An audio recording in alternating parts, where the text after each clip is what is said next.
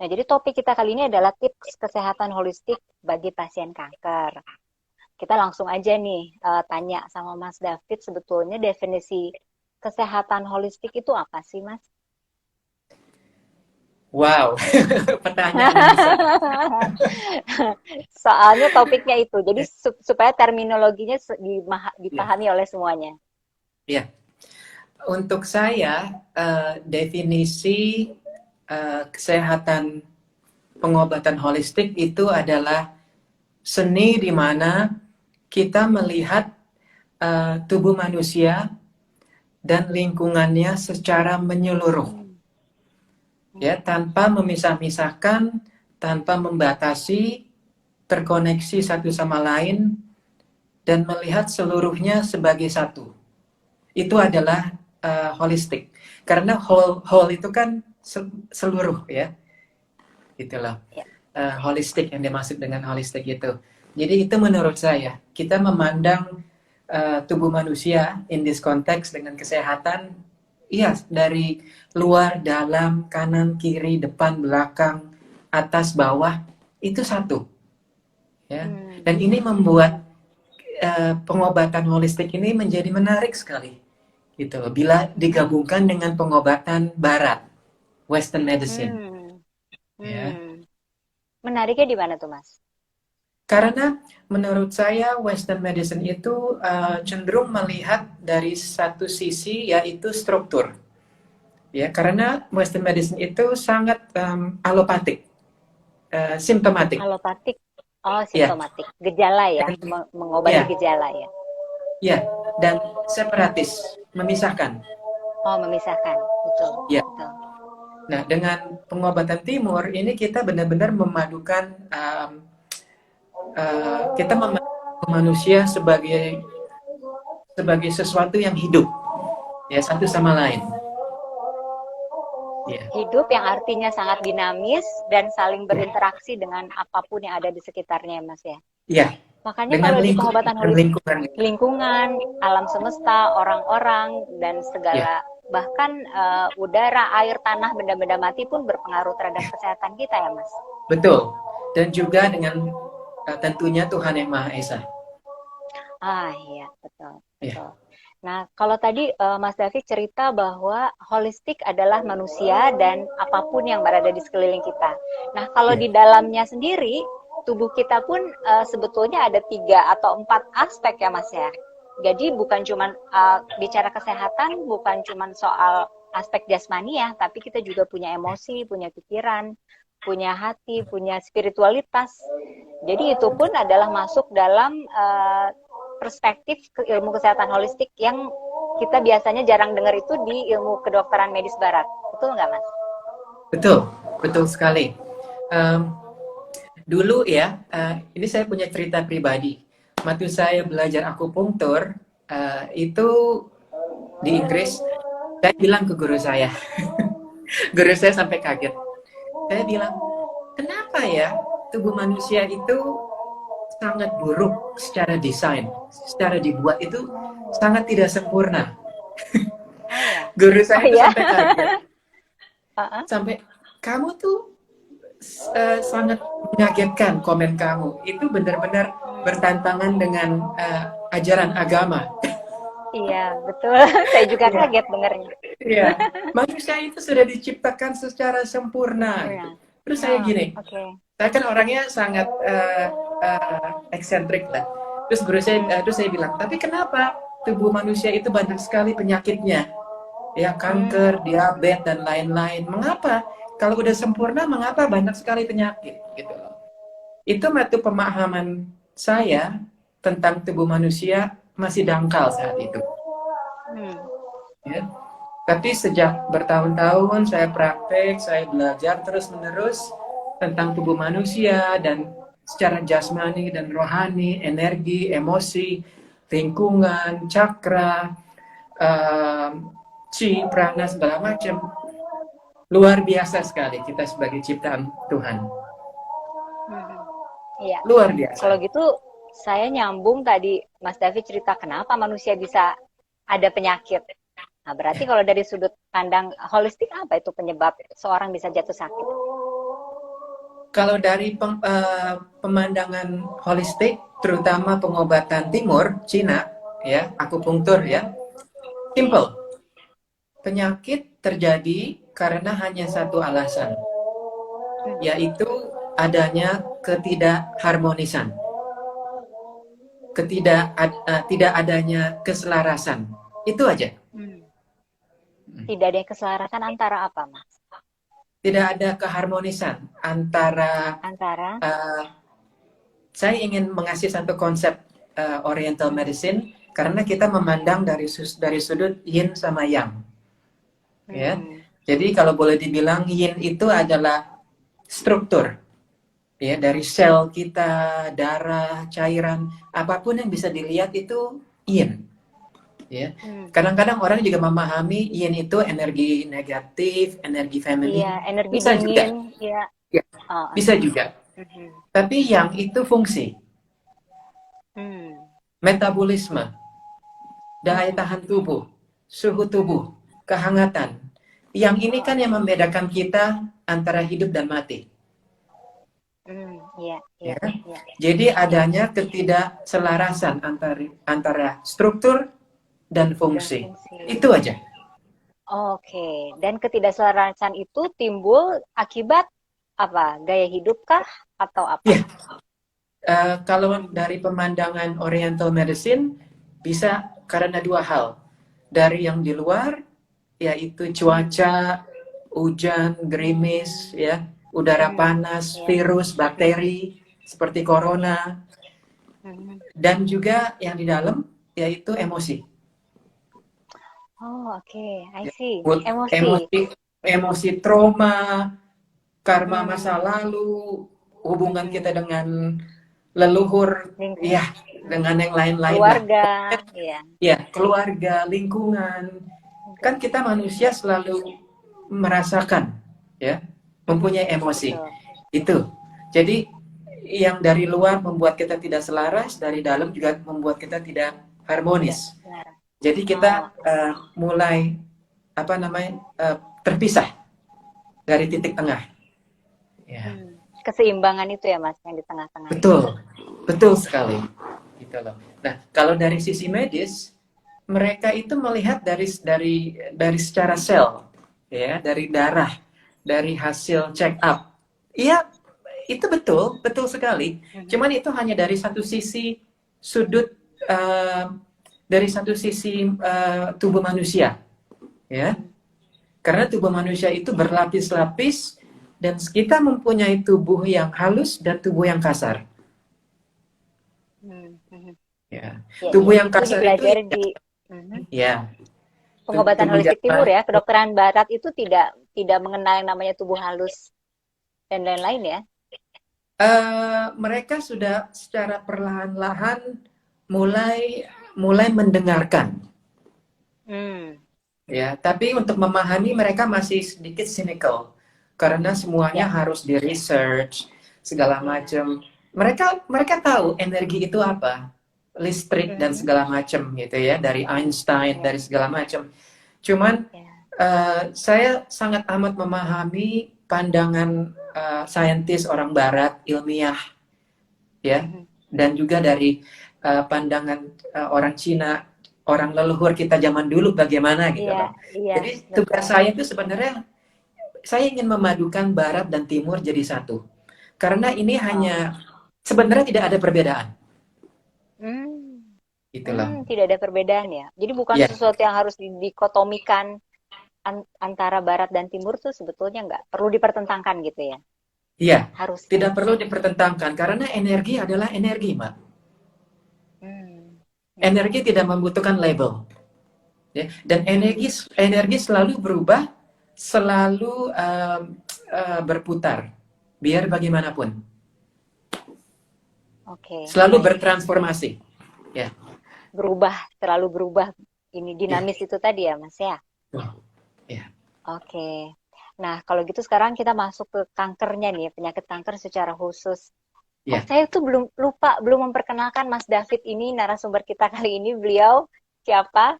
Monggo Mas, silakan memperkenalkan dulu supaya teman-teman bisa tahu oh ini siapakah yang berbicara ini. Silakan Mas. Saya juga lupa, maaf. Oh, by the way, Silakan Mbak, Mas. Instagram Live itu sekarang 4 jam. Oh really? Ya. Oh Jadi oke. kalau kita Baik over baik sedikit, baik. oke. Ya. Masih bisa. Ya. Ya. Sip. Jadi, Ya silakan. perkenalkan kepada para sahabat, salam kenal. Saya David Soeharto atau Mas David, panggil saja. Saya itu sudah terjun ke dalam dunia pengobatan holistik itu dari sekitar tahun 96-97. Saya itu mulai terjun ke dunia holistik karena saya suka sekali sama yoga. Ya, dari yoga, meditasi, dari situ saya itu waktu saya masih tinggal di Inggris. Tahun 90, saya tinggal di Inggris, belajar kuliah dari tahun 93. Dari situ saya tertarik karena teman-teman saya juga pada rata-rata tertarik dengan holistik ya. Dari situ saya belajar Reiki, acupressure, shiatsu. Akhirnya saya memutuskan untuk belajar mengambil S1 di London, belajar akupunktur selama 5 tahun. Ya. Dari situ saya belajar lagi memperdalam ilmu akupunktur saya. Saya belajar akupunktur TCM dan akupunktur Jepang. Terus saya juga sempat menjadi dosen selama 1,5 tahun di college saya yang sekarang udah tutup tahun 2011. Terus dari situ ya saya sudah lama berpraktek ya dari tahun 2004. Jadi udah 16 tahun saya praktek akupunktur. Dan saya bersyukur sekali punya pengalaman banyak yang ingin saya sharing sedikit di sini. Gitu Ya. loh. Karena sharing is caring. Saya percaya itu. Ya. Oke, ya baik. Yes. Terima kasih, Mas David. Kalau Ya. gitu sekarang kita lanjut ke soal kankernya nih ya, Mas ya. Ya. Saya juga pasien kanker. Saya didiagnosa tahun 2013 kanker payudara stadium 3B. Nah, saya tuh bersyukur karena Tuhan kasih saya kesempatan untuk mencicipi 2 metode pengobatan. Jadi metode medis, itu saya menjalani operasi, kemoterapi, radioterapi, dan saya sembuh dengan metode medis. Nah, sesudahnya pasca kemoterapi itu kan pasti pasien kanker itu mengalami kondisi fisik yang sangat dropnya bener-bener drop gitu ya. Sampai saya mikir karena ini kenapa badan jadi sangat lemah seperti ini. Saya melakukan olahraga tuh macam-macam segala dengan harapan supaya badannya bisa lebih fit. Tapi ternyata nggak bisa, sama sekali nggak bisa. Ya akhirnya saya begini sampai gini. Oh, ya udahlah pasien kanker emang nasibnya gini kali ya. Terima aja, berdamai, pokoknya kayak gitu. Jadi udahlah nggak berharap lebih lagi. Sampai suatu saat saya dipertemukan dengan metode self healing gitu. Dan ini dari TCM juga, dengan TCM dan ajaibnya kondisi fisik saya itu bisa membaik bahkan lebih fit dibanding sebelum saya sakit. Jadi itu kan saya suka berkuda. Jadi indikator itu gampang banget. Dulu waktu saya pasca kemoterapi ketika berkuda itu saya pernah nyaris pingsan.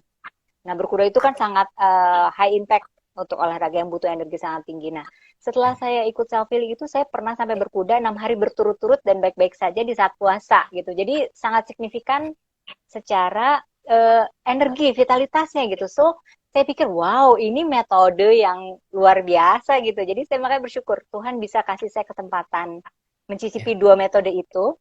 Jadi saya nggak anti medis karena saya sembuh dengan itu.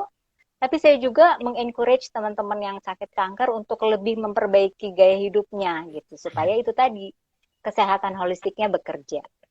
Nah, sekarang untuk pasien kanker nih saya menulis buku Berdamai Kanker itu salah satu highlight-nya adalah membangun kekuatan hati dan pikiran untuk memiliki tubuh anti kanker.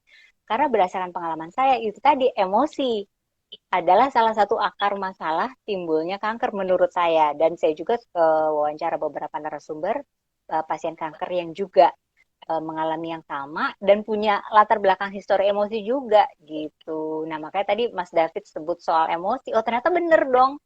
Nah sekarang saya mau tanya dari ahlinya nih, gimana mekanisme emosi itu bisa sampai menimbulkan satu penyakit fisik gitu.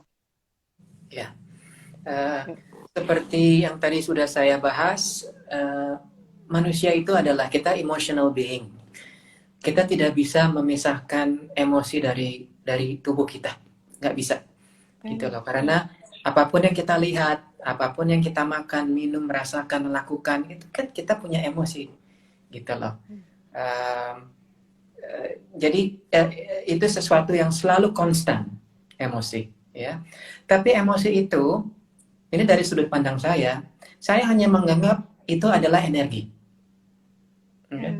Tanpa membuat itu complicated, emosi adalah energi, apapun bentuknya, mau marah, senang, sedih, khawatir, itu semuanya. Tapi setiap emosi itu mempunyai dampak efek tersendiri ke organ-organ kita. Contohnya, marah itu dampak buruknya, kalau marah itu sebenarnya tidak, di emosi itu di Chinese medicine tidak ada yang baik atau yang buruk. Tidak yang buruk. Oh, oke. Tidak ada. Semua Tidak netral ada yang dianggap ya, sama. ya, Netral. Oh, I see. ya, tidak ada yang Oke. positif atau yang negatif. Kalau itu tidak selaras, yaitu berlebihan, itu akan menjadi penyakit. Oh, nice. Ya. Nice, Jadi betul. gini, Bagus. kalau orangnya nggak pernah marah, itu juga nggak normal. Sama dengan orang yang marah terus sampai darah tinggi, Terus, migrain, itu juga nggak ya. normal. Jadi marah itu sebenarnya penting, because it makes you get the job done sometimes. Ya, ya. Tapi kalau berlebihan, ya, atau tidak appropriate, tidak seharusnya atau sewajarnya, nah itu nanti bisa jadi penyakit. Kalau misalkan dipendam terus, ya, orang yang Nggak dipendam bagus nggak pernah juga ya. ya, nggak bagus. Bisa jadi Oke. energi panas nanti. Oh, I see. Ya, dan Oke. satu lagi Mbak, setiap emosi itu mempunyai arah tersendiri. Ya, contohnya kalau marah itu kan kayak api, energi kita langsung ke atas, muka merah, mata merah, jantung berdebar-debar, migrain, stroke. Lain dengan energi sedih. Energi sedih itu lebih yin, lebih ke bawah, lebih collapse, lebih membungkuk. Ya. Nah, tugas saya sebagai praktisi akupunktur yaitu untuk hanya menyelaraskan saja tanpa menghakimi. Ini positif, ini negatif. Kita anggap itu semuanya energi. Kita anggap itu semua bagian dari siklus kehidupan manusia. Oke. Nah, emosi ini kan satu apa ya, keadaan yang paling up and down bagi penderita kanker ya, karena sering takut, khawatir, sedih, marah, bahkan sensitif, tersinggung gitu kan.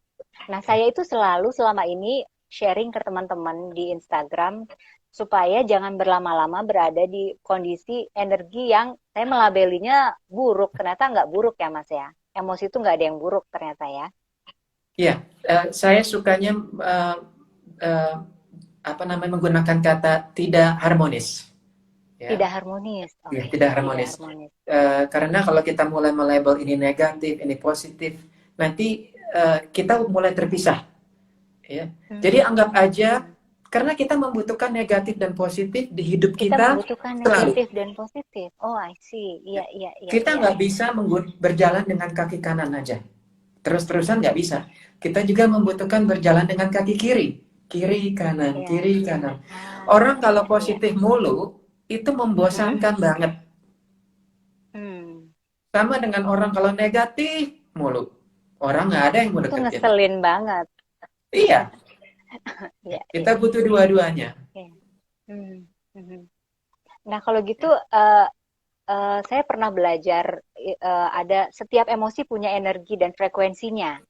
Nah, energi-energi yang Mas David sebut tadi tidak harmonis, kayak marah, takut, sedih, dan lain-lain, itu frekuensinya rendah banget. Dan kalau dari segi kesehatan, itu dianggap tidak suportif untuk proses pemulihan. Makanya saya selalu mengencourage teman-teman, ayo takut, sedih, marah, segala macam wajar.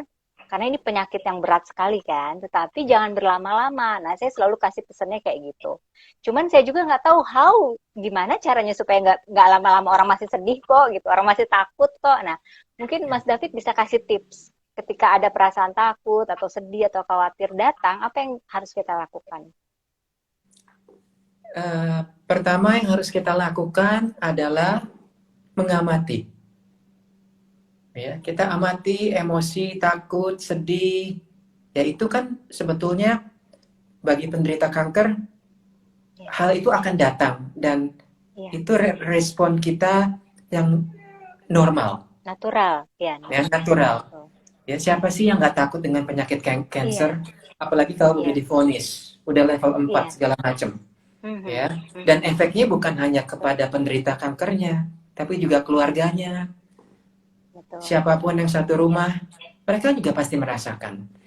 Ya, mhm, karena lingkungan rumah itu juga satu, ya. iya, mhm. Sama seperti energi suami istri sebagai satu unit keluarga itu kan satu, ya. Iya. Uh, jadi yang pertama diamati secara perlahan-lahan. Mengapa? Karena hanya dengan mengamati proses healing sudah berjalan, Hmm, ya, tanpa disadari. hmm. Ya, kita boleh aja kita rasa takutnya muncul terus tiap hari, Mhm, ya sudah pasti. mhm. Tapi Pasti, kita ya. belajar perlahan untuk pelan-pelan menyadari, ya, dan sekaligus juga belajar dari emosi tersebut. Hmm. Ya, karena saya yakin emosi apapun yang datang itu adalah pesan.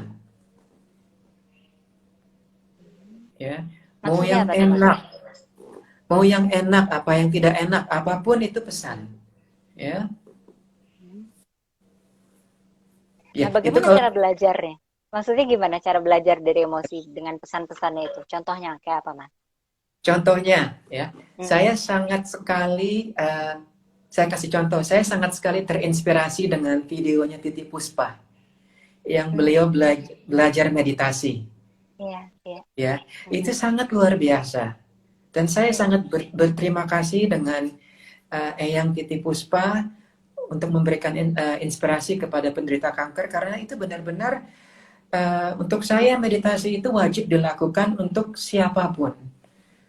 Mau penderita kanker atau tidak, kita harus melakukannya semua. Kenapa? Karena kita belajar untuk be- uh, mencerminkan diri secara sejenak. Ya, kita terbiasa terlalu terstimulasi di sini. Ya, apalagi di era digital yang semuanya quick, quick, Iya. quick. Ya, kita maunya, kita mau sembuh, kita mau sembuhnya saat ini juga, Hmm. gitu loh. Mhm. Kan hidup nggak begitu, ya. Iya. Hidup itu memang sulit. Hidup itu memang penuh penderitaan, tentunya saja, ya. Dan banyak juga dari pasien-pasien saya dan teman-teman saya penderita kanker, ada yang sembuh, ada yang tidak. Yaitu memang sebuah fakta kehidupan, ya. Mhm. Tapi kita semua, termasuk saya juga, ya harus mulai belajar untuk memahami emosi kita. Soalnya kalau kita tidak memahami emosi kita sendiri, orang lain pun tidak bisa memahami emosi kita. Mhm. Ya, semakin kita memahami emosi kita, semakin kita bisa menyalurkan energi healing ke bagian tubuh kita yang membutuhkan. Hmm. Jadi energinya nanti tidak terpecah-pecah. Karena kenapa Mbak Rahmi? Energi itu akan pergi kemanapun mind Intensi ya. kita fokus, intention kita. Ya, Yes. energi goes where your mind. Sorry, where your mind goes, energy follows. Ah, yes. Yes. Mhm, Ya, mhm. Iya. Jadi kalau gitu boleh saya simpulkan mungkin yang tadi Mas David bilang dari setiap emosi yang datang kita belajar dari situ. Kita ya, amati, kemudian kita belajar. Siapa tahu, ya, bukan siapa tahu, setiap emosi yang muncul membawa pesan. ya. Nah, bisa jadi pesan emosi sedih misalnya berarti ada satu bagian dari tubuh kita yang apa itu perlu diperhatikan atau gimana gitu, Mas? Yang Ya, dimaksud belajar tadi itu apa? Pesan dan belajar itu apa? misalkan sedih ya. Kalau energi sedih itu dari pandangan pengobatan akupunktur itu sangat erat hubungannya dengan paru-paru. Karena sedih itu Hmm. adalah emosi ketika paru-paru tidak selaras. Ya, Ah, oke. paru-paru itu sangat satu organ pertama yang meregulasi emosi kita. Mengapa? pertama kali kita dilahirkan sebagai manusia, apa yang kita lakukan sebelum kita membuka Menangis. mata? Kita bernafas. Menangis. Oh, yes, bernafas. Kita bernafas. Uh, ya, kayaknya bernafas dulu ya, baru menangis. Saya nggak tahu deh kalau bayi. Iya, iya. Kayaknya bernafas Iya. dulu. Ya. Mhm, mhm. Udah gitu, jadi gini. Jadi emosi itu memang sangat erat hubungannya dengan nafas. Ya. Hmm. Makanya cara termudah dan tercepat dan salah satu cara terbaik adalah dengan hanya mengamati nafas. Iya. Kita mulai memfokuskan energi kita untuk berjalan menuju keharmonisan. Ya. Oke. Oke. Ini sudah saya alami sendiri dengan mengobati diri saya sendiri dan mengobati orang yang lain. Karena gini, kita mau kemanapun, mau ke dokter, mau ke ahli akupunktur, mau ke dukun segala macam, mereka itu hanya perantara. Hmm. Manusia itu nggak punya apa-apanya. Saya tanya, siapa yang menyembuhkan? Mau cancer atau bukan cancer? Siapa yang menyembuhkan penyakit? Manusia itu hanya berusaha dan mencoba. Ya, kita hanya ngorek-ngorek. Ya, tapi ada sesuatu di luar tubuh kita, sesuatu yang lebih besar. Ya, mau itu dibilang universe, alam semesta, Gusti Allah, Tuhan yang Maha Esa, terserah. Ya. Nah, ini yang patut dipahami dan disadari. Nah, dengan kita mengembalikan fokus kita ke nafas, kita langsung terhubung dengan yang di atas dan yang di bawah. Mengapa? Karena kita itu manusia, posisi kita selalu di tengah-tengah. Ya, kembali yang tadi saya bahas, harmonis itu selalu di titik tengah. Manusia itu di tengah, kenapa? Kita selalu di antara surga, langit, dan bumi. Dan kita selalu berinteraksi antara atas bawah. Disadari atau tidak disadari, mau atau tidak mau, ini terus berjalan, berinteraksi. Ya. Nah, inilah yang ingin saya bagi pada hari ini. Ya, intinya satu, kembalikan kesadaran kita ke nafas sejenak saja. Ya.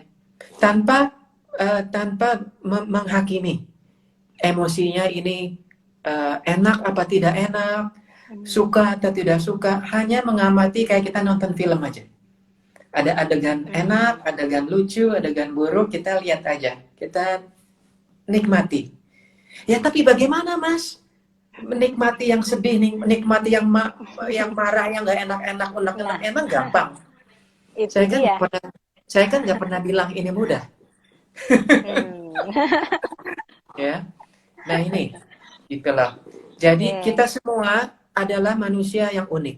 Seluruh manusia itu kita tidak bisa dibandingkan satu sama lain. Kita semua berbeda. Nah ini adalah salah satu keajaiban kita sebagai ciptaan Allah Subhanahu Wa Taala, menurut saya, gitu loh. Dan semakin kita menyadari ini, kita makhluk kecil ya Mbak, di seluruh alam semesta ini, kita seluruh tuh kayak jagat raya. apa? Betul. Iya. Betul. Jadi kita lebih ikhlas, sesusah-susahnya, seberat-beratnya, sepahit-pahitnya. Memang itulah kehidupan. Buddha aja bilang, life is nothing but suffering. Hidup itu hanya penderitaan. Ya, karena selalu berganti, selalu berputar. Ya mau nggak mau kita aging dan kita mati. At the end. Yes. At the end kita akan. Nah, ini kok jadi filosofikal ya? Malam ini. Bagus. Tapi kalau kita bicara soal kesehatan holistik, akhirnya ujung-ujungnya sangat filosofis ya Mas, karena kita tahu jadinya apa sih sebenarnya sampai hal yang paling esensi gitu. Once kita paham esensinya, menjalani segala sesuatu akan jauh lebih mudah. Even menghadapi kanker pun akan jadi lebih ringan dan lebih mudah. Gitu. Kalau kita tahu esensinya kan ya Mas ya. Betul, betul sekali. Dan seperti yang saya bahas tadi bahwa seluruh penyakit termasuk cancer itu juga adalah pesan dan pelajaran. Betul. hanya patut disadari saja tanpa menghakimi, oh saya dulu berdosa banyak, ini itu apa, ini karma saya. Jangan, jangan Jangan ya membebani, Mas. jangan Betul. membebani diri sendiri lebih banyak lagi. Dengan sesuatu yang belum tentu benar juga, mana kita tahu Ya, kan ya, sebetulnya. ya. Iya, iya. Dan tentunya kita harus lebih banyak beribadah. Ya, tentunya kita harus lebih banyak mendekati diri kita dengan Sang Maha Pencipta, tentunya. Pencipta. Ya, tapi dalam kehidupan sehari-hari kita benar-benar harus berproses sebisa mungkin, sedalam mungkin kembali ke dalam diri kita yang sesungguhnya. Iya. Nah, Ya, kalau tadi Mas sempat menyinggung bahwa dengan memperhatikan nafas, itu ya, bisa jadi salah satu teknik dong untuk tadi itu mengatasi atau memanage emosi ya. ya, How? Kan tadi kita bicara soal ini, tapi gimana cara melakukannya? Cara paling simpel mungkin dengan meditasi berarti ya Mas ya. ya. Meditasi Bisa itu ditunjukin nggak caranya gimana? Step by stepnya. bisa, bisa. Mm-mm. Meditasi itu banyak sekali tipenya. Ya, dari Sufisme pun ada, di Islam ada Hmm. tafakur, di Buddhism ada, di Hindu ada. Seluruh agama mengajarkan Hmm. kita untuk berhening. Ya, Ah, ini. tapi saya ingin bilang bahwa meditasi itu intinya tidak ada hubungannya dengan agama-agama tertentu. Saya sebagai Muslim, saya sholat 5 waktu, puasa, tapi meditasi untuk saya penting. Ya, Hmm. dan saya meditasinya kadang-kadang sambil membaca tasbih, sambil berzikir, sambil membaca Al-Fatihah, atau kadang-kadang saya hanya fokus ke nafas. Kalau di Buddhis itu dibilangnya meditasi wipasana, ya, meditasi menghitung nafas, gitu loh. Nah, memang tidak mudah karena pikiran manusia itu seperti monyet bergelantungan Iya, di pohon, ya. iya. Uh, Pindah-pindah sana sini ya. Ya, monkey mind gitu loh. Jadi Iya, bagi makin. kalian yang ingin belajar meditasi, sekarang banyak sekali kelas-kelas di Instagram, di Zoom yang gratis. Coba deh. Iya. Dan Mhm. ada satu kelas meditasi untuk kesehatan dari Pak Merta Ade di Bali Hmm. Usada. Di Bali. Iya. Ya, nanti kalau mau saya kasih infonya DM saja. Dan Mhm. juga banyak sekali bukan hanya meditasi untuk mengolah nafas atau menyadari nafas, banyak sekali juga latihan-latihan self healing teknik seperti Jinsi Jitsu dengan Mas Greg Jakaria.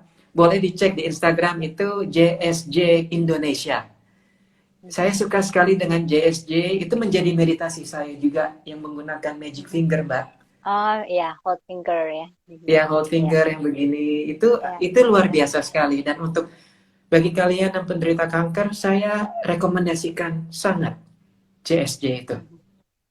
Ada satu lagi latihan namanya Buteiko oleh salah satu rekan saya namanya Mbak Adeline yang di Bali. Dan kebetulan kelasnya ini minggu depan tanggal 22 November, dan JSJ juga akan melakukan kelas basic tanggal 28 November.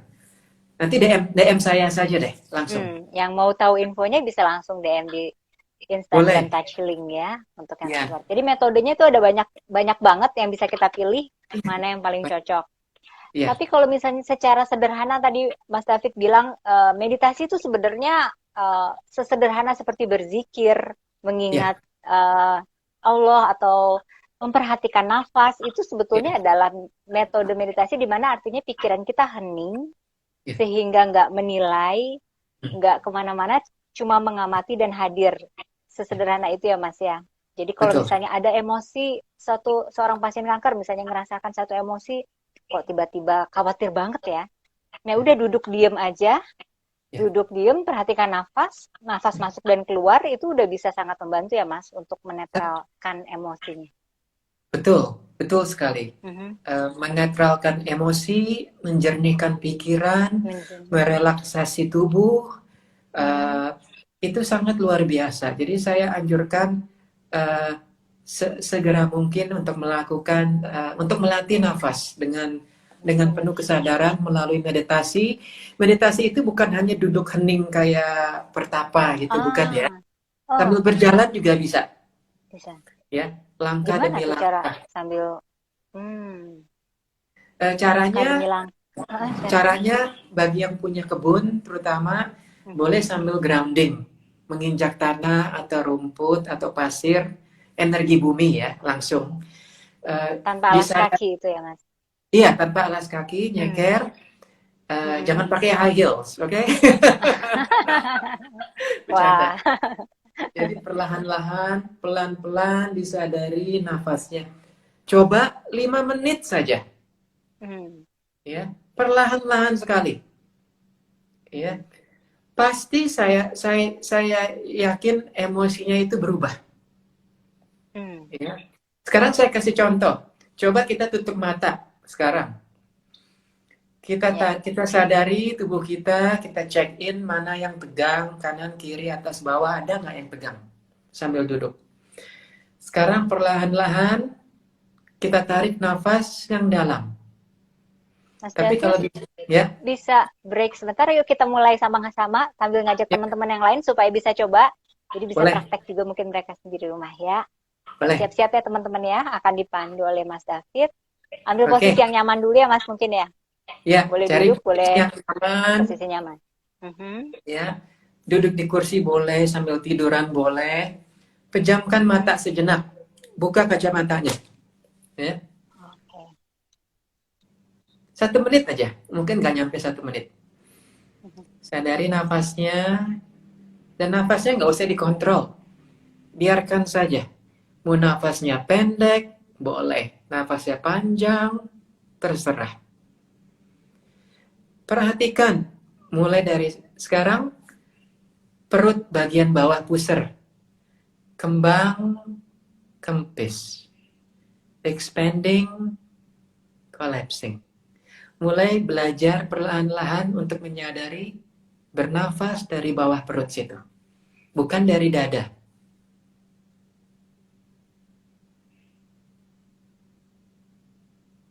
Kalau pikirannya mulai hilang, kembalikan ke sensasi kembang kempis perut bagian pusar, bagian bawah.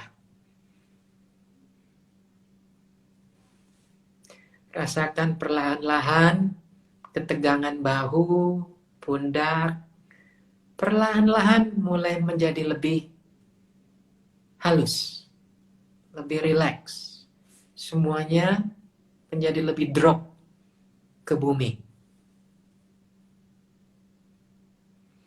2 nafas lagi yang dalam, mukanya rileks. Kalau bisa sambil sedikit tersenyum. 1 lagi sambil disyukuri. Kita masih bisa hadir malam ini, bergabung bersama, dan keluar nafas. Perlahan-lahan, karena sudah siap, pelan-pelan sekali buka matanya.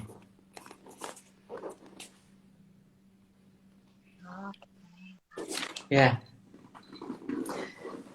ini aneh ya. Tadi sebelum meditasi, eh, lumayan banyak sekali suara di luar. Sekarang lebih hening di dalam kamar saya. Itu. Itu bisa mempengaruhi lingkungan sekitar kita juga ya Oh iya, dengan bisa sekali. meditasi itu. Bisa sekali. Hmm. Ya, apalagi lingkungan rumah, lingkungan keluarga. Pokoknya apapun yang dilakukan di dalam diri kita terdahulu akan merubah semuanya yang di luar. Ah, Karena yang di luar belum tentu bisa dikontrol oleh diri kita. iya, betul, Nggak bisa. betul. Mhm. Mulai dari dalam dulu, dari dalam baru semuanya nanti berubah. Bertransformasi, berproses secara alam semesta. Hmm, iya, iya, Ya? iya. Mm-mm.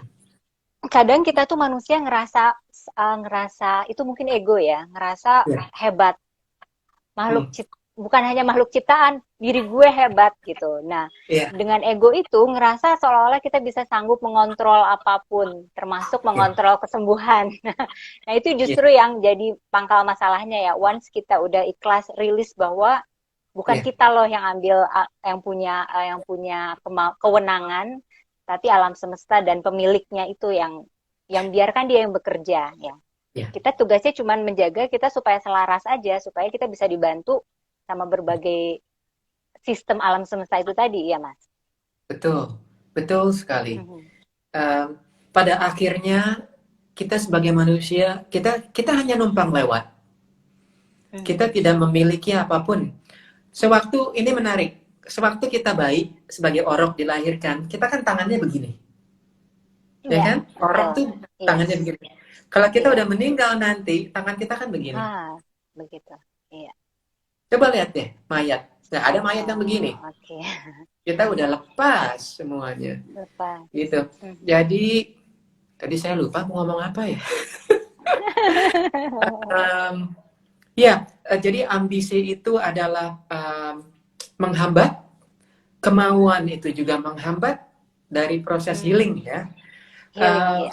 ya, ambisi, ego, kemauan, maunya saat ini, Mhm. uh, itu adalah ya bagian yang memberatkan kita, memutus koneksi kita dengan yang di atas.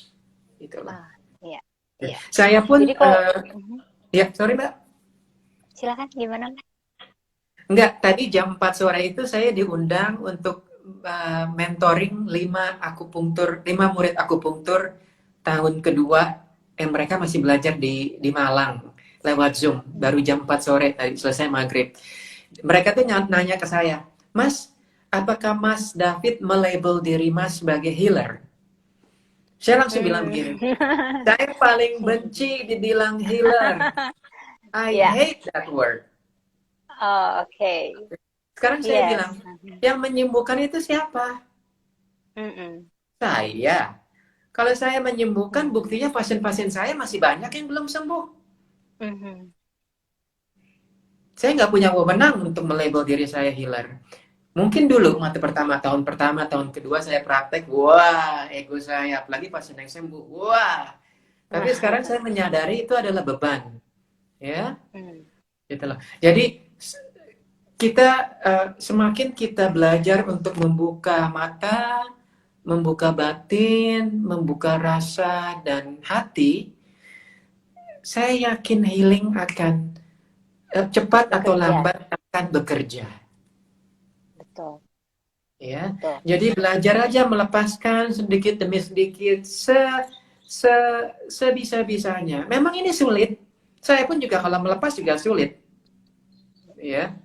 Gitulah. Apalagi saya orangnya keras kepala.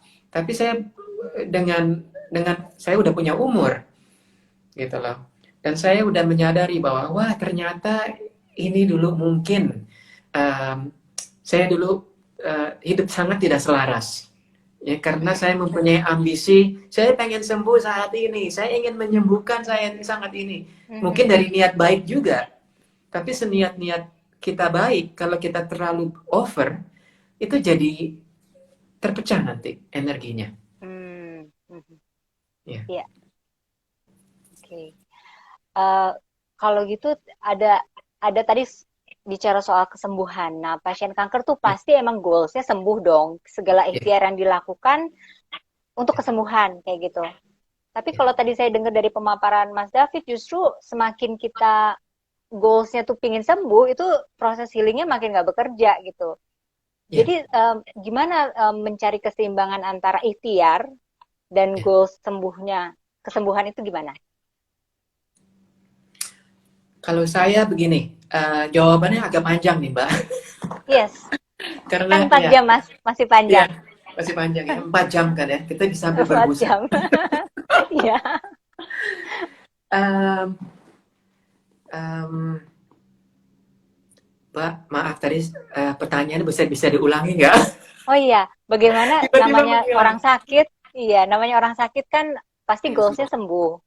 Tapi Oke, tadi dari pemaparan Mas David justru itu menghambat gitu. Gimana cari keseimbangannya antara ikhtiar dan goals kesembuhan itu? oke. Saran saya, jalani hidup hari per hari. Hmm. Ya, kita boleh punya planning.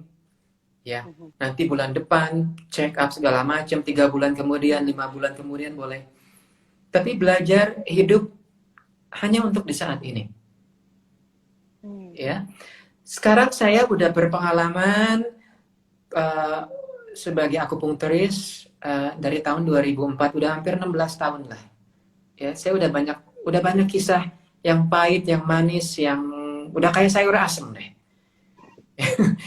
Saya kalau mengobati pasien, sekarang saya sudah tidak peduli mau itu pasien sembuh atau tidak, saya udah nggak peduli. Tetapi saat saya bersama pasien, pada saat itu saya hanya melakukan yang terbaik pada saat itu. The best of my ability and my experience. Sesudah pasien keluar dari ruangan saya lepaskan. Ya, mungkin sama dengan penyembuhan. Prinsip ini bisa diaplikasikan, ya. Jadi kurangi mungkin keinginan. Ya, kita semua ingin sembuh. Kita semua ingin selaras, ya. Tapi kembalikan ke saat ini. Kita hanya punya saat ini. Masa lalu udah nggak jadi, udah terjadi. Masa depan belum. Kita hanya punya rencana. Tapi rencana itu juga dimulai dari hari ini. Ya, jadi kurangi sedikit keinginan karena itu akan membuat beban. Ya, lakukan saja yang terbaik untuk hari ini, saat ini, in this moment, untuk kebaikan, penyembuhan, healing saya. Oke, sip. Betul, Ya. betul banget. Dan bismillah Betul banget. selalu. Iya, selalu kembalikan lagi ke atas ya, Mas. Itu yang kuncinya ya. Iya, Minta betul sekali. ridhonya, minta Iya. ridhonya. Nah, kalau tadi Mas David cerita hidup di momen ini, Iya. karena yang kita punya justru saat ini, bukan masa lalu dan masa sekarang, sebetulnya itu menjawab kenapa pasien kanker itu identik dengan dua emosi, ketakutan dan kesedihan. Ketakutan ketika dia memikirkan masa depan yang belum terjadi, dan kesedihan menyesali yang lalu-lalu gitu kan. Jadinya dengan kita hidup di masa sekarang itu salah satu tips juga untuk mengatasi dua emosi yang paling sering muncul di pasien kanker ya Mas, sedih dan takut. Iya. Oke, nah sekarang di topik kita kali ini kan tips kesehatan holistik bagi pasien kanker. Nah, apa yang bisa Mas David bagi untuk sehari-hari tips-tips kesehatan bisa dipraktekkan? Bismillahirrahmanirrahim. Oke. Saya tidak ingin mengasih banyak tips karena saya orangnya sebenarnya sangat simple. Ya, kalau saya mengasih saran ke pasien itu cenderung hanya 1 atau 2 maksimum. Tapi karena saya ingin sesi ini jadi bermanfaat untuk para sahabat yang sudah hadir, saya ingin memberikan beberapa tips, hanya 5 saja, tips-tips yang mungkin bisa membantu proses penyembuhan. Ya. Yang pertama, saya sangat setuju sekali dengan Mbak Rami karena terus terang nih Mbak, saya penggemar berat Instagramnya dari dulu, Berdamai Kanker. Dan saya sering melihat videonya kalau lagi live, tapi saya terus terang belum punya bukunya, saya pengen beli habis ini ya. Saya udah nggak ada stoknya Mas, sudah habis. Udah habis? Udah habis stoknya, iya. Udah dari tahun kemarin udah habis. Iya. Iya kalau ada lagi. Ya. Nah, saya setuju dengan Mbak Rami bahwa berjemur di matahari pagi itu penting sekali. Ya. Nah, ini menarik, Mbak. Kalau dari pemahaman Barat itu kan cancer cell itu kan terjadi karena adanya kerusakan, ya. Dari rusak itu, jadi selnya itu mungkin tidak mati-mati, terus menerus hidup, ya. Nah, betul. Ini belakangan ini saintis berpendapat bahwa ternyata vitamin D itu penting sekali fungsinya di dalam tubuh manusia, terutama untuk pemahaman terjadinya sel kanker. Dan ini saya coba pahami juga dari pandangan timur, dan ini menyatu, Mbak. Jadi vitamin D itu adalah salah satu vitamin yang bertanggung jawab untuk membuat sel kita mati. Jadi secara normal sel manusia itu kan harusnya mati sesudah 3 atau 5 hari mati, terus kan regenerasi lagi. Nah kalau kita kekurangan vitamin D itu nggak mati-mati, matinya lama. Dan ini salah satu alasan sel kanker bisa terjadi. Ya, ini bisa di Google. Saya udah baca juga dan dari guru saya sempat dibahas. Ya. Nah, ini salah satunya bisa didapatkan dari sumber matahari pagi. Ya. Nah, intinya dari pemahaman timur ya, ini benar sekali. Kenapa? Karena kita mendapatkan energi dari makanan yang kita konsumsi. Energi. Ya. Kedua dari pernafasan. Ketiga dari kehangatan. Ya.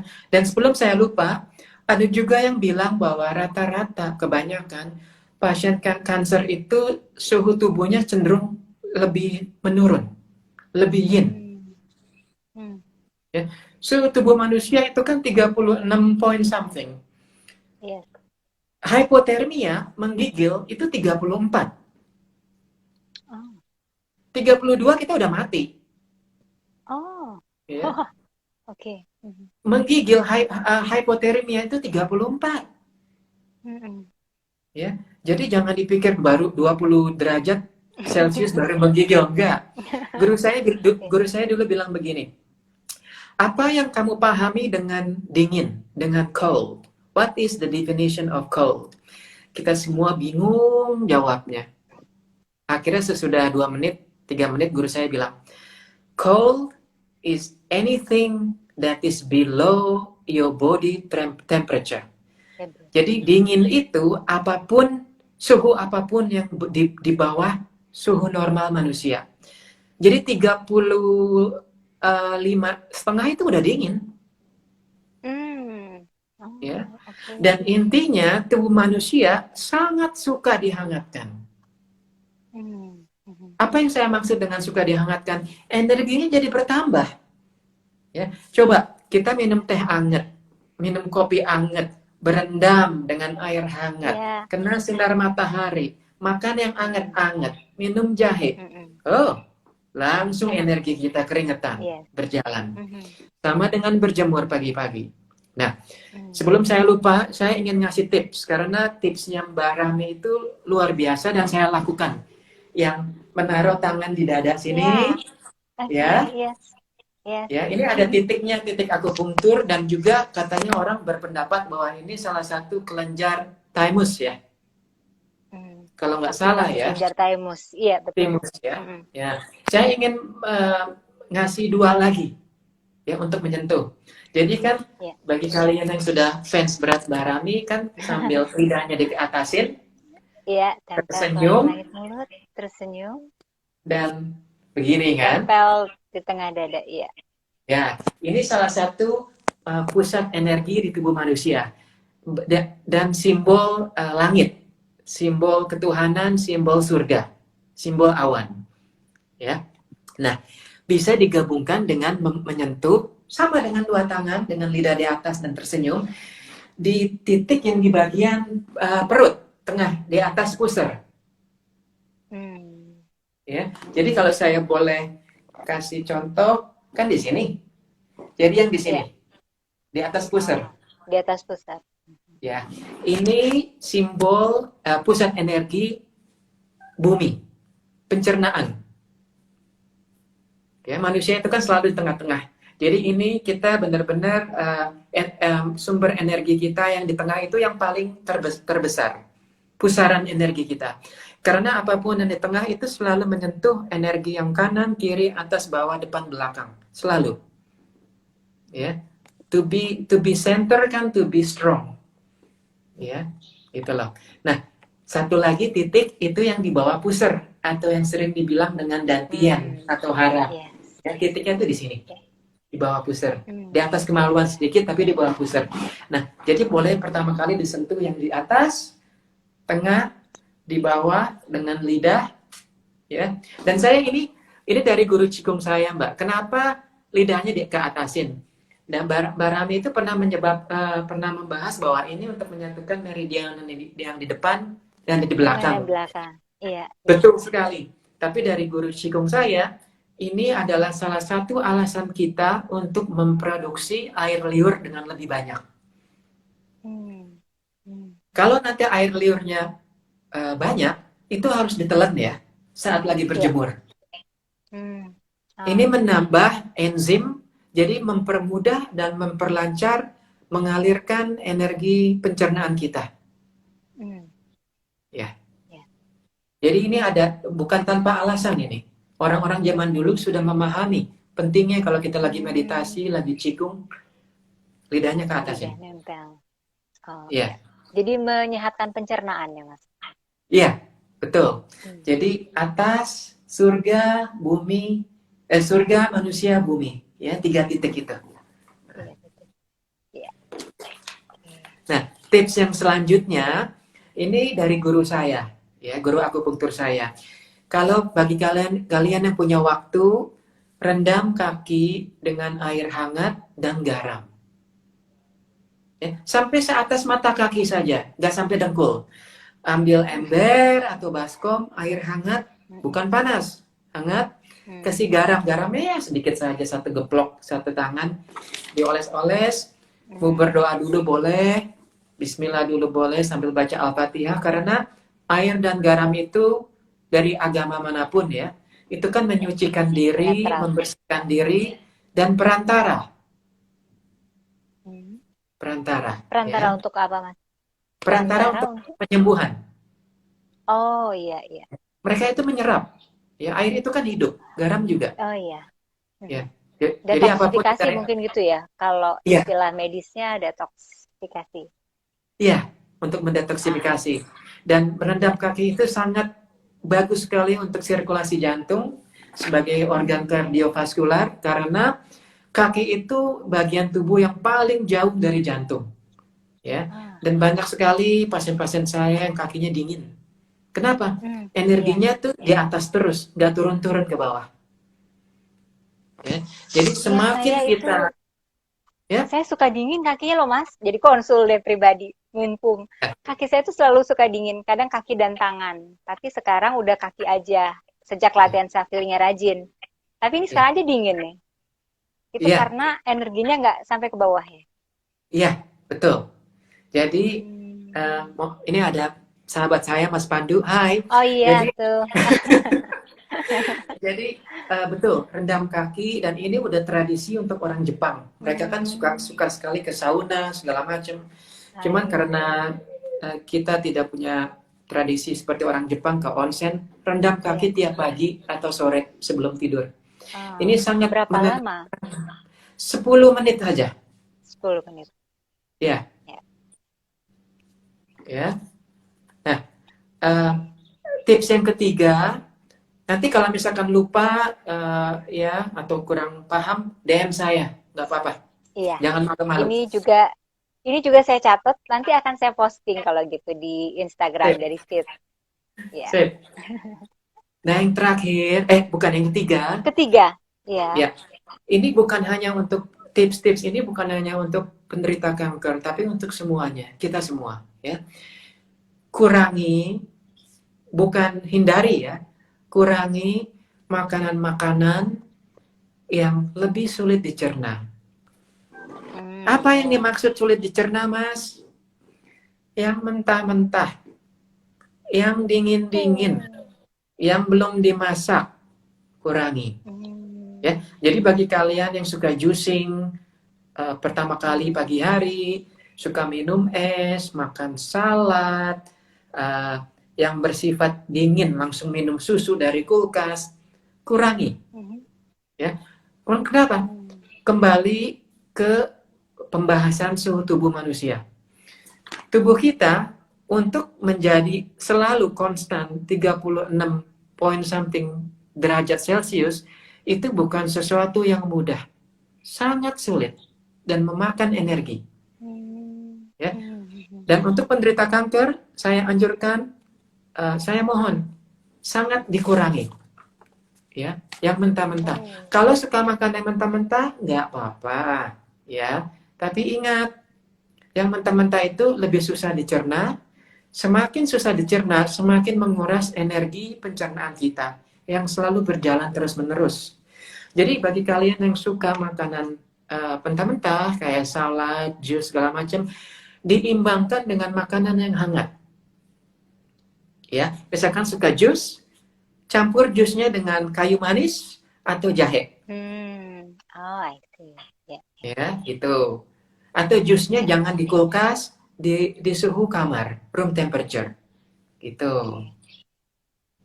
Nah, Ya. ini saya agak mau interupsi sedikit untuk di bagian Karena makanan ini, karena setahu saya itu pasien kanker justru dianjurkan banyak makan sayuran dan buah, ya, karena ada bahan ini dari pakar gizi sih, dokter gizi yang bilang ada bahan-bahan kayak polisinya kanker yang disebut eh, fitokimia. Nah, fitokimia itu adanya di bahan-bahan berbasis tumbuhan.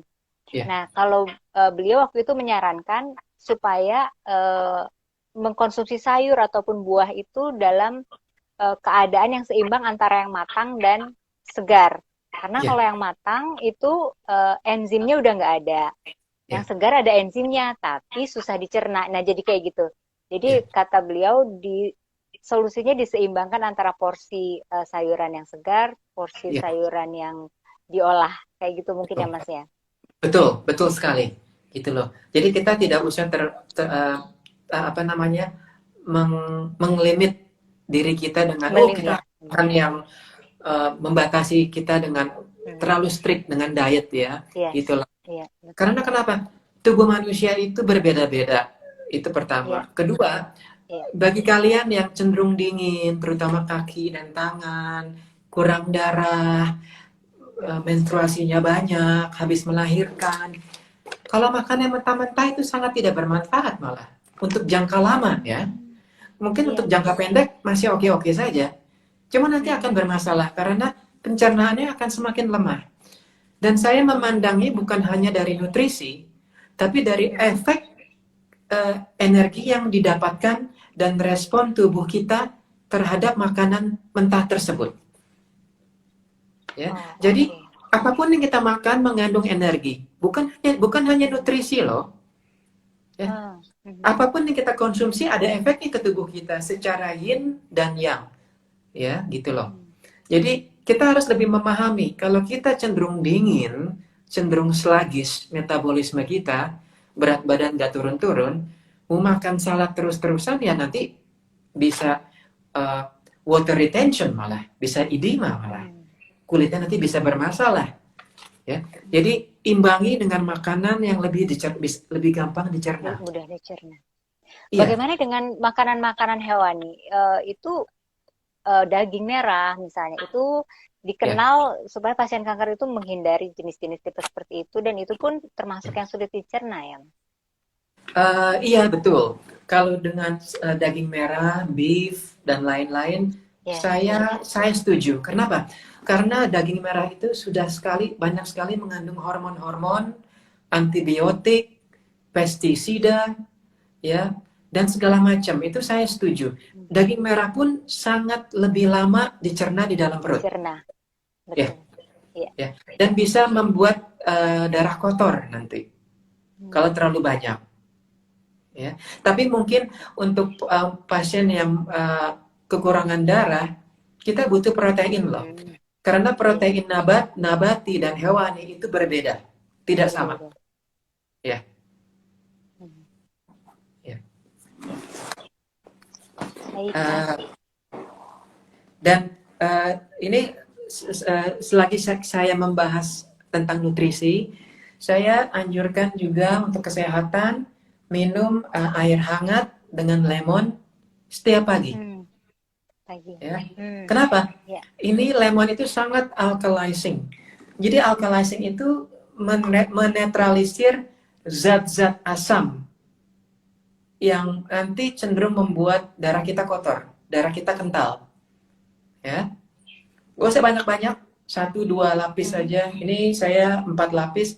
Saya selalu minum tiap pagi dan saya dulu penderita MAH, ya Hmm. asam lambung. Ini saya lumayan dengan ini. Tiap Hmm. pagi saya teratur. Kalau saya terlalu banyak makan, itu saya langsung hangat minum. Ya, sangat Hmm. amat membantu. Ya, Katanya ini baiknya dikonsumsi sebelum sehabis bangun tidur sehingga katanya air liurnya belum terbilas itu betul ya Mas? betul. Dan Hmm. ini membangunkan sistem pencernaan kita mulai dari perut ya sampai usus besar ke bawah pelan-pelan terbangun untuk mempersiapkan kita untuk sarapan pagi. Ah, iya, iya. Ya. Jadi jangan langsung makan yang berat-berat, nasi, ya. Itu untuk nanti. Dimulai dengan air. Ya. Ini juga kan menstimulasi kita untuk BAB dan buang air kecil, ya. Jadi ini tipsnya sangat praktikal, sangat Iya. hemat, ya. Jadi mohon dilakukan. Ini udah sering sekali saya sharing ke seluruh teman-teman, keluarga pasien, diri saya sendiri, dan sangat sangat bermanfaat, gitu loh. Jadi tadi udah rendam kaki dengan air hangat, Iya. mau pagi, siang, sore boleh. Pokoknya jangan dipaksa, jangan dibuat stres. Cari Nah, waktu yang tenang. Ya, sambil baca buku, sambil main HP, sambil nonton TV, silakan.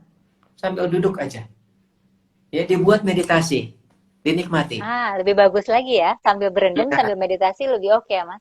tuh. Kalau udah habis berendam, nanti kan kakinya agak hangat. Boleh pakai kaos kaki. Oh iya, sesudahnya. Gitu loh. Nah, Oke.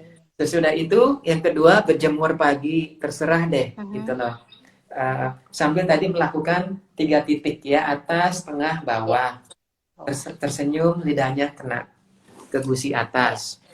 Terus kalau bisa ya saya anjurkan mengurangi konsumsi makanan yang mentah-mentah ya seperti jus, salad dan lain-lain.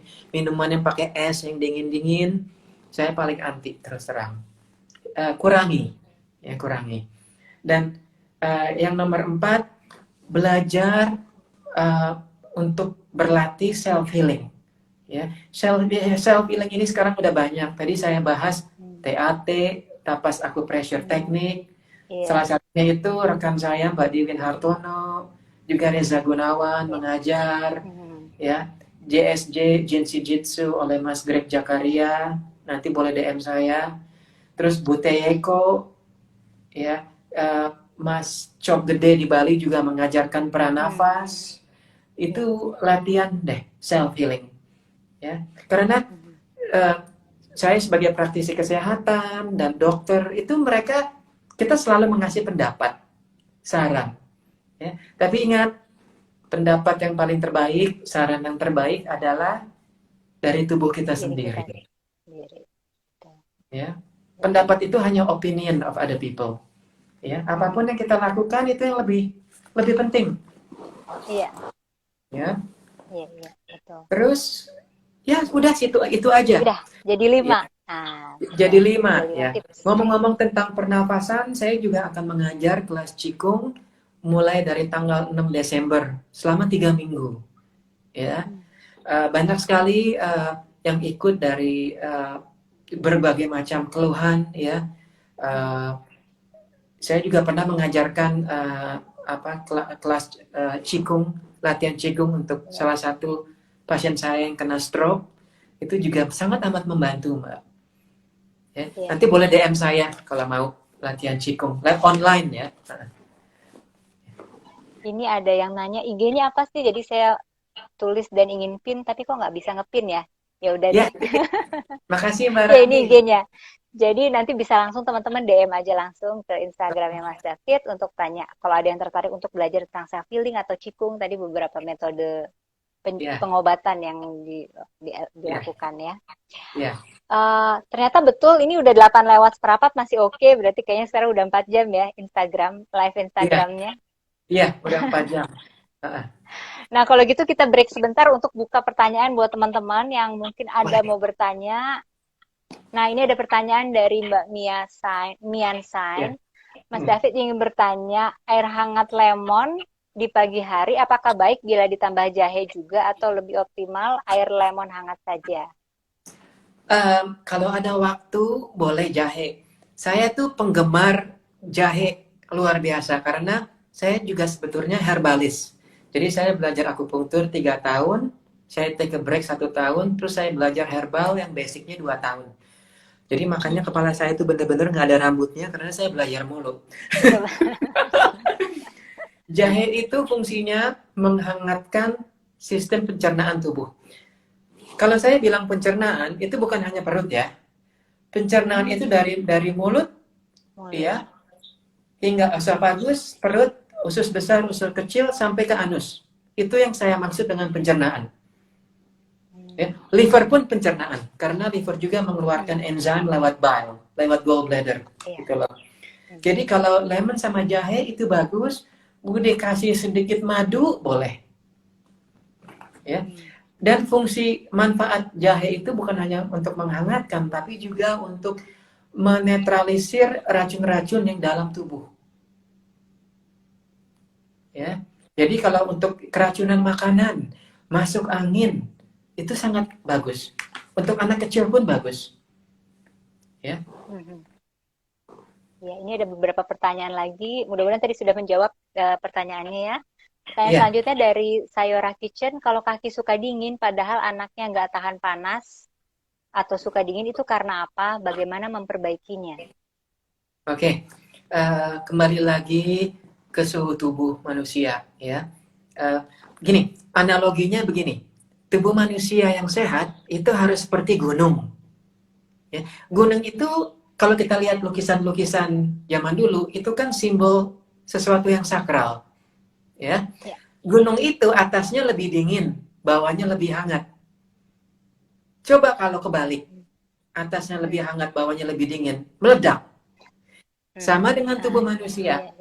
Kalau kita terus-menerus hangat, bawahnya dingin, migrain, jantung berdebar-debar, pusing, darah tinggi, stroke.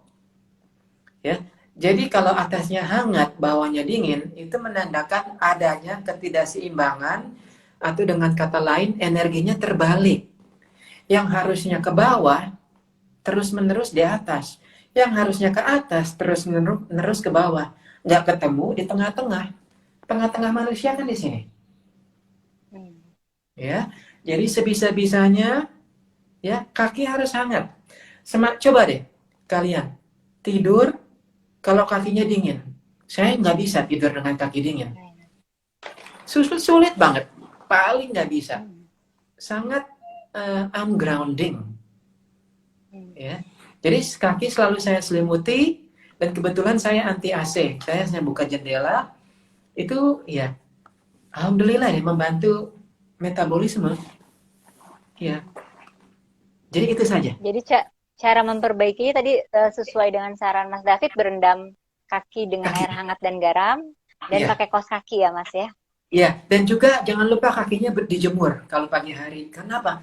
Karena di telapak-telapak tangan dan jari-jari kaki itu banyak sekali titik-titik akupunktur yang sifatnya sangat dinamis. Dengan kata lain, secara elektrikal itu sangat kuat. Ya, yang kita bilang dengan Jingwell Point yang di sini. Itu banyak sekali titiknya. Jadi ketika berjemur, tangan dan kakinya kena panas matahari juga. Ya, harus. Bagi kalian yang agak risih, nggak mau buka baju untuk berjemur, terutama wanita, yang nggak apa-apa. Yang penting dari siku hingga jari-jari tangan, dari lutut hingga jari kaki, harus kena matahari langsung ya. Harus kena langsung. Lebih bagus lagi katanya sebenarnya kalau punggung pun terpapar itu lebih banyak area yang terpapar lebih bagus. Betul sekali. Karena daerah punggung itu energi yang kita. Energi di mana energi yang paling luar, yang paling lapisan atas, energi pelindung kita lah. Dari masuk angin segala macam, itu lebih cenderung bisa dirasakan di atas, Mbak.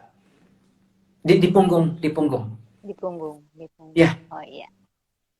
Oke, baik. Mudah-mudahan menjawab pertanyaannya. Pertanyaan selanjutnya, Mas David, maaf keluar dari topik. Apakah rahasia wajah Mas David yang Masya Allah kelihatan cerah tenaon, Mas? Apakah rajin akupuntur dan minum air lemon?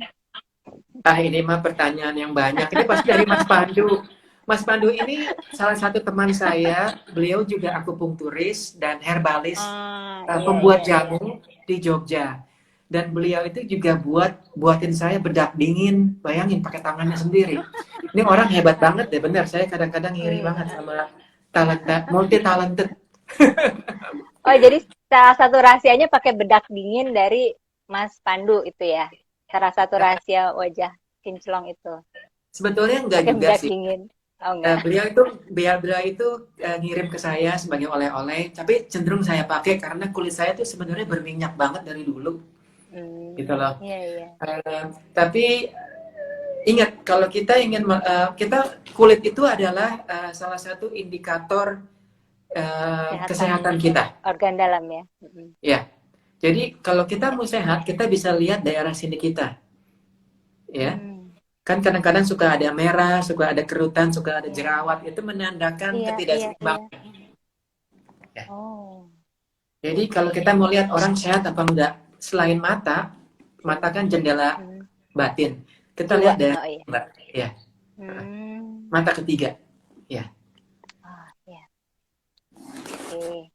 Pertanyaan selanjutnya, matahari pagi itu apakah ada jam terbaik? Saya pernah disarankan jam 10 pagi.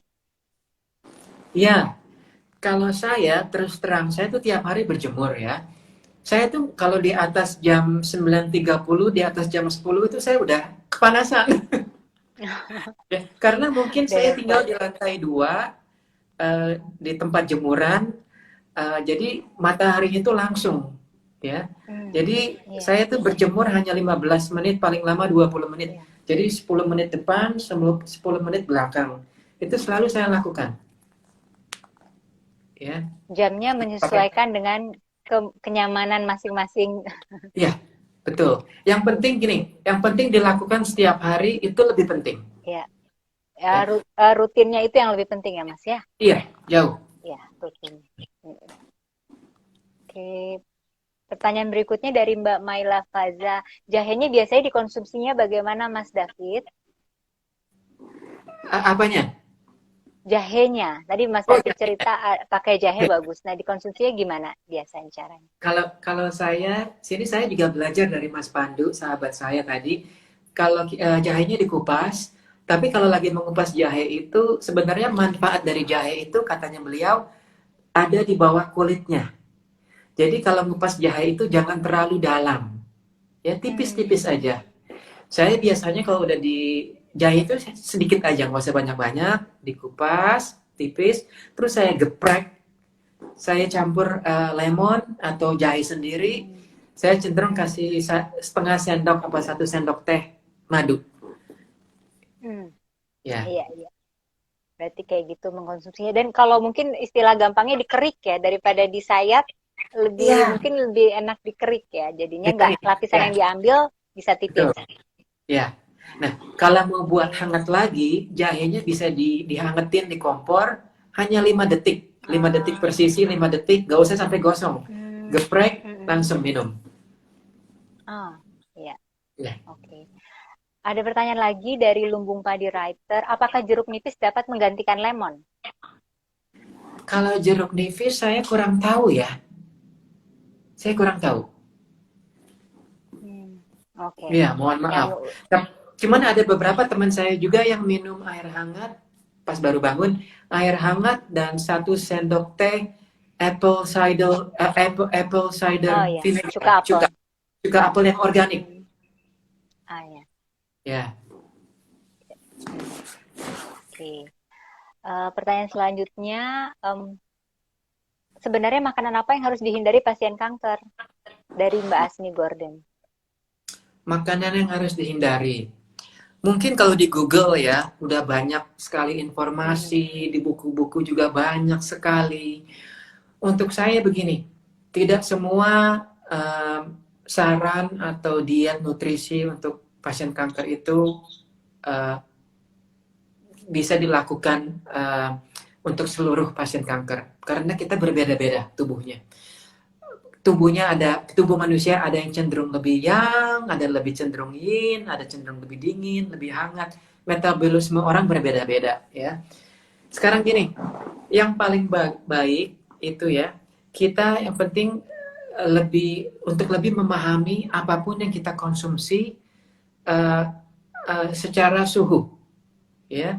Jadi kembali yang udah saya sharing, jangan terlalu makan yang mentah-mentah, yang dingin-dingin. Itu intinya. Ya, karena gini, dokter dan ahli nutrisi secara Western thinking, mereka tidak memahami, mereka hanya memahami dari satu sisi, yaitu nutrisi. Oh, nutrisinya bagus, segala macam. Gini, saya kasih contohnya Mbak Rahmi. Saya punya pasien asma, hobinya itu makan pisang, bisa 4-5 kali. Pisang itu sehat, ya, mengandung potasium, mengandung vitamin dan lain-lain mineral.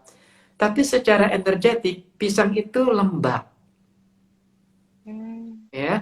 Apapun yang lembab akan bisa membuat produksi phlegm, Lendir, lendir, mukus.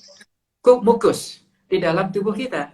Sama seperti keju, sama seperti susu, sama seperti Susu. gula. Ya, Iya, susu ya. sangat sangat lembab Hmm. energinya, Iya, krim, iya.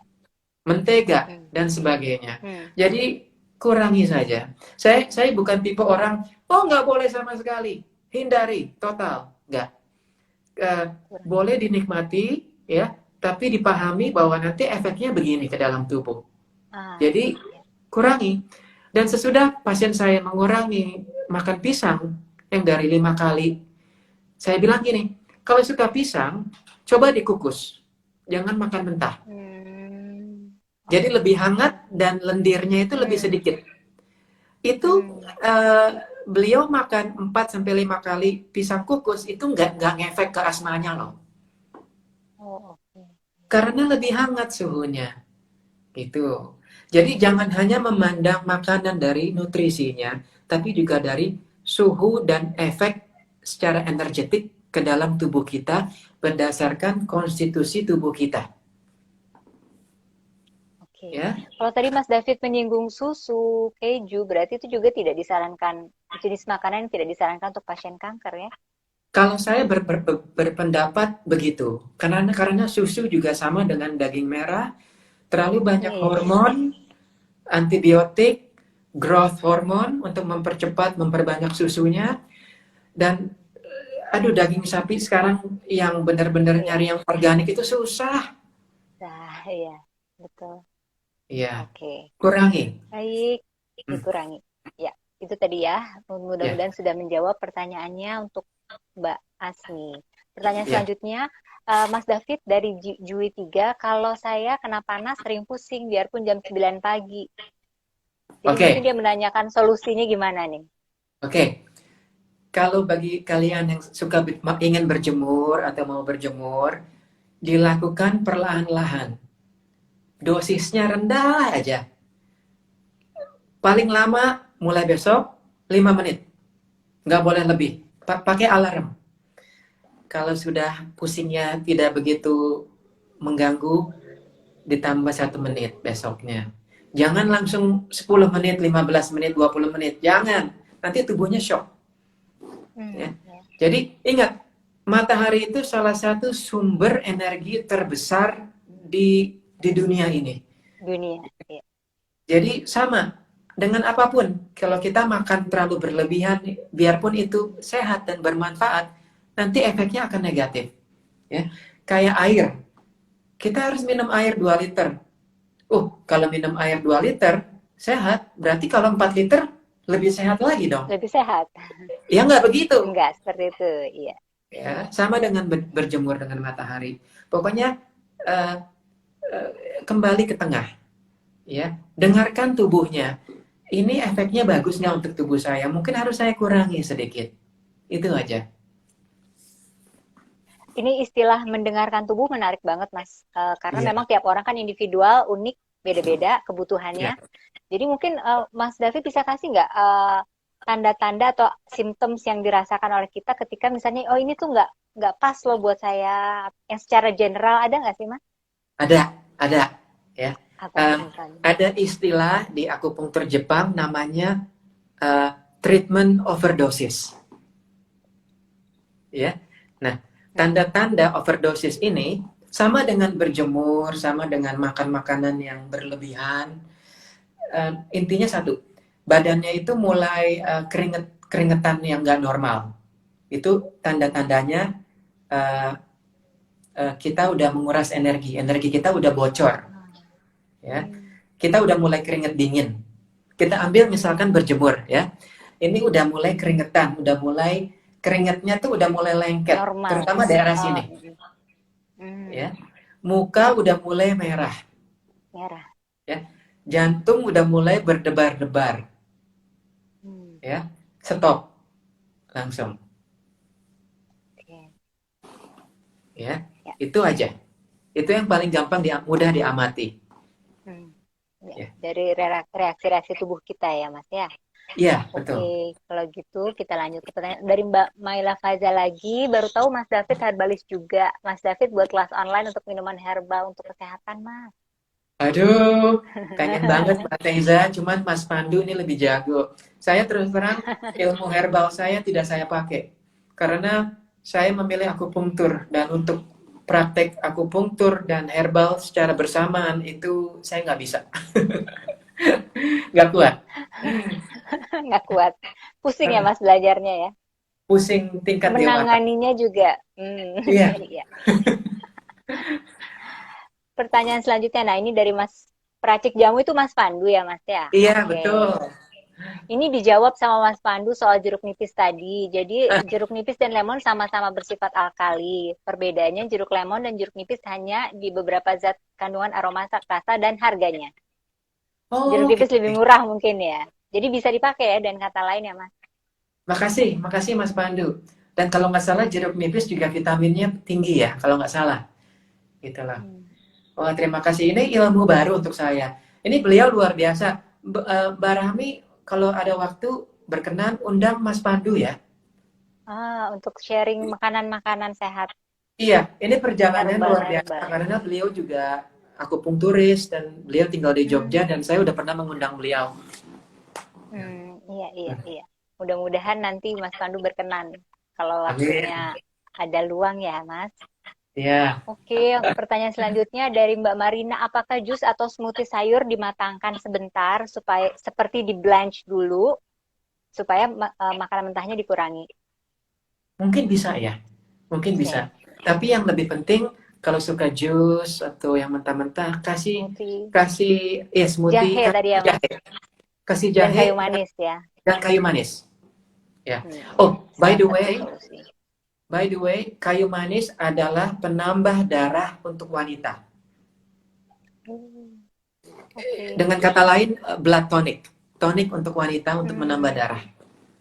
Tapi sedikit aja berarti ya Mas. Kalau kayu manis itu kan sangat strong katanya ya. Iya. Dosisnya berapa banyak dalam satu gelas itu, misalnya Satu pinch kayu saja, manisnya? sedikit saja. Satu taburan, satu pinch seujung ya, sejumput Iya, ya. iya. Oke. Kalau jahe berapa ruas jari untuk satu gelas misalnya? Ya paling sejempol, Oh, seginilah. satu ruas jempol. Segitu. Di blender atau jahenya diiris-iris atau gimana Kalau baiknya Mas? bisa sih boleh juga. Kalau saya sih suka diparut boleh, digeprek Diparut. boleh. Saya suka sekali Oh ya. dikeluarin jusnya. Cairannya itu Iya, dikeluarin, cairannya. diperes. Terus Oh, ampas-ampasnya saya masukin. oh ya. Oke, pertanyaan selanjutnya, pasien kanker boleh makan masakan yang bertumis atau goreng dan nasi putih biasa? Kalau nasi putih saya anjurkan kurangi, ya karena gulanya itu tinggi dan ada banyak sekali eh, eh, apa namanya dokter-dokter yang memahami bahwa cancer cell itu kan terpicu dengan gula ya.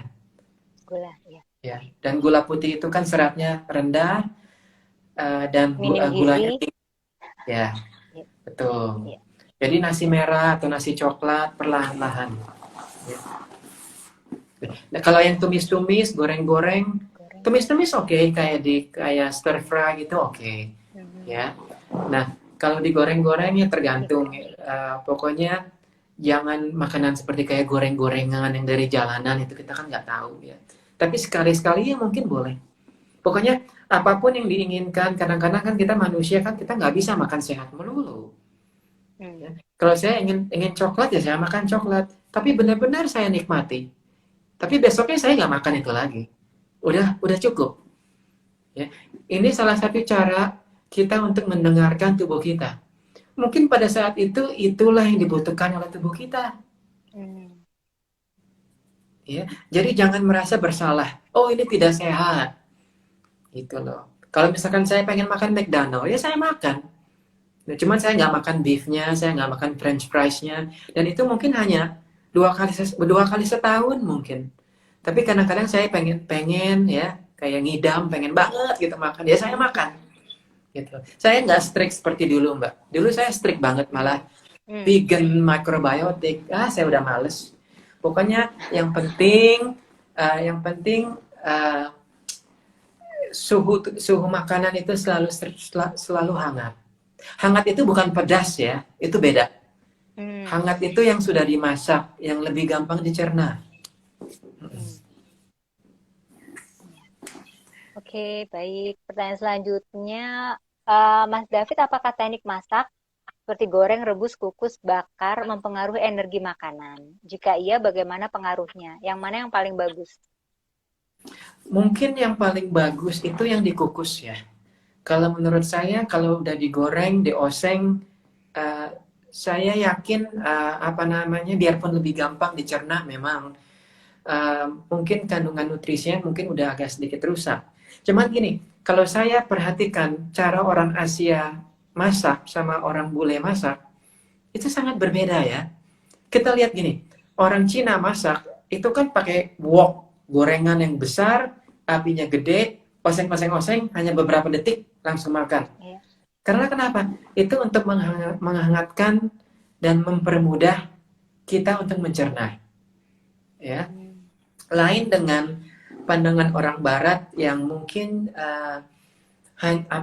mereka itu hanya memandang dari satu sisi, makanan itu ya harus diimbangi dengan gizi-gizi tertentu, protein segini, karbohidrat segini gitu ya. Tapi saya sangat kagum dengan orang Cina karena mereka itu selalu makan dengan ada yang asin, ada yang asam, ada yang manis, ada yang sedikit pedas, ada yang pahit.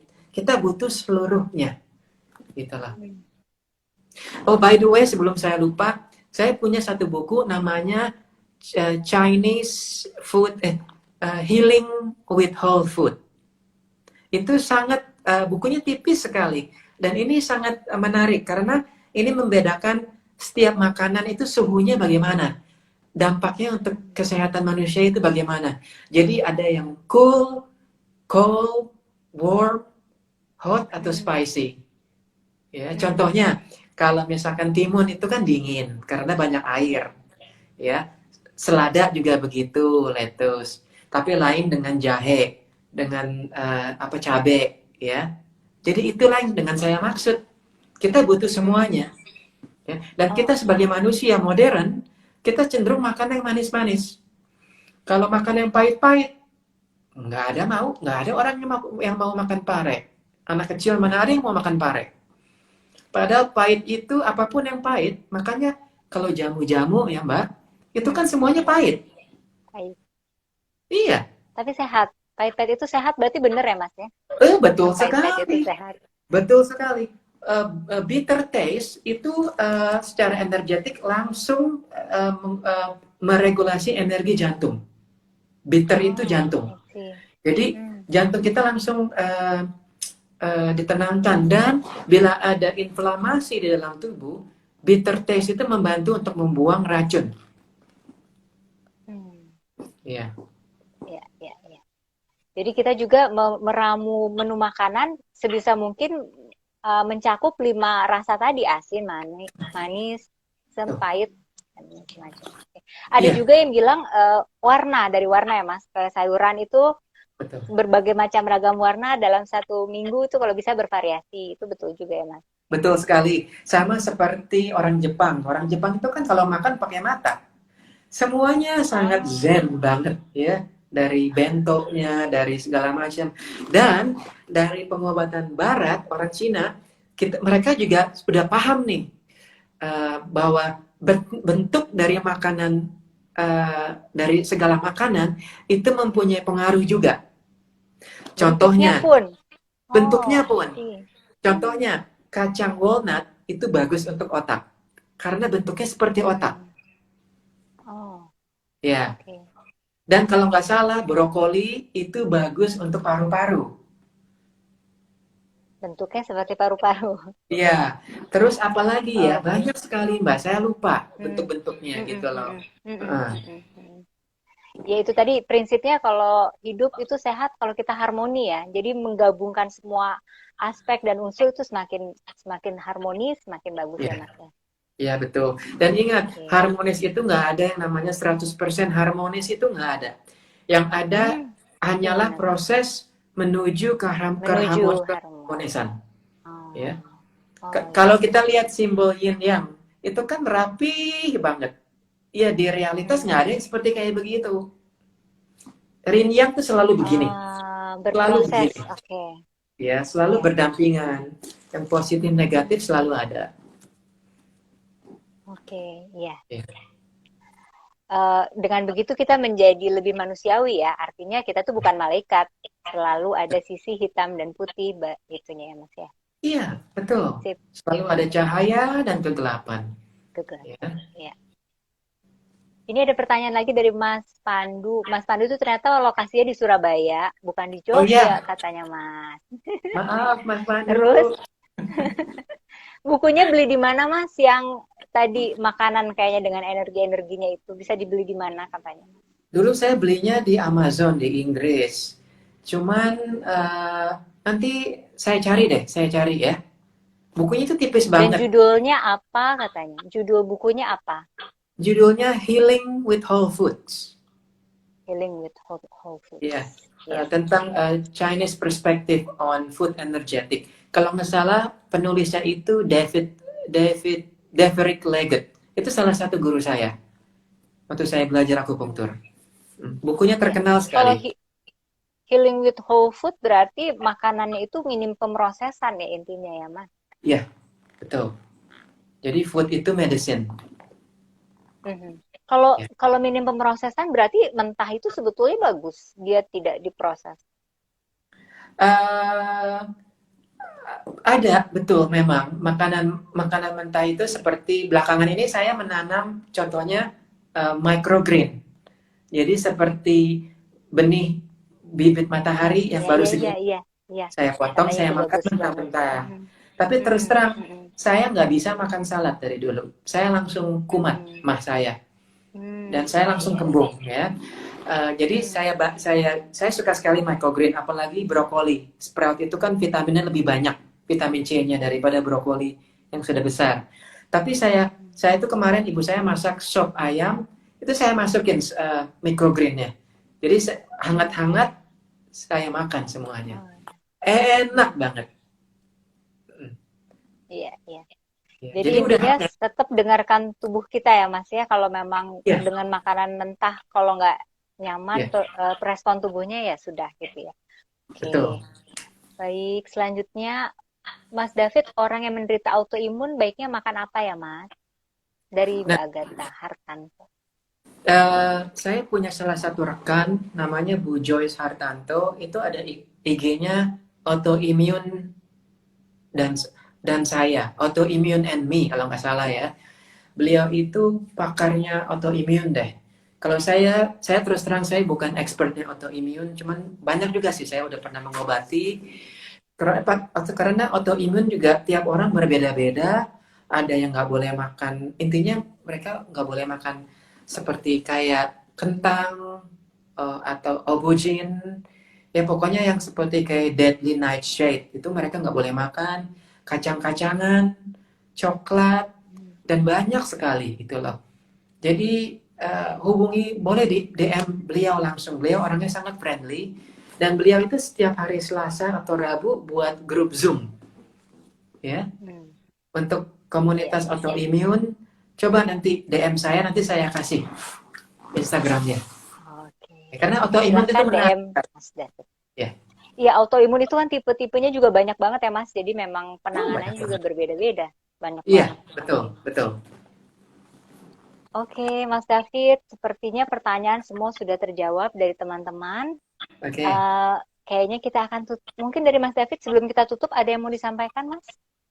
Um, ada, ya jangan lupa dengan tips-tips saya. Saya hanya berharap semoga apapun yang saya bahas, sedikit apapun akan menjadi manfaat dan berkah untuk kalian semua.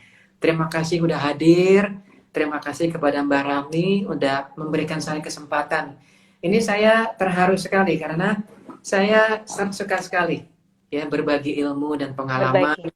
Ya, kita itu sekarang komunitas seperti kayak begini udah banyak sekali dan kita harus, terutama di masa pandemi ini, kita harus mendukung, mensupport satu sama lain. Ya, karena kita sebagai manusia, kita social being.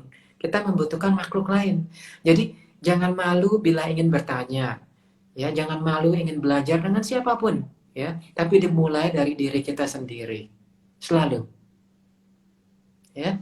Itu Mungkin kalau saja. buat teman-teman yang mau belajar lebih jauh dengan Mas David, bisa ada mungkin kelas yang terdekat, Mas? Ada, ya, Jadwalnya kapan? ada. Pokoknya kelas Qigong itu akan saya mulai tanggal ini, kelas Qigong yang kedua. Saya sengaja nggak posting di Instagram karena saya ingin buat ini kelas kecil, maksimum 20 orang lah, itulah. Mm-mm.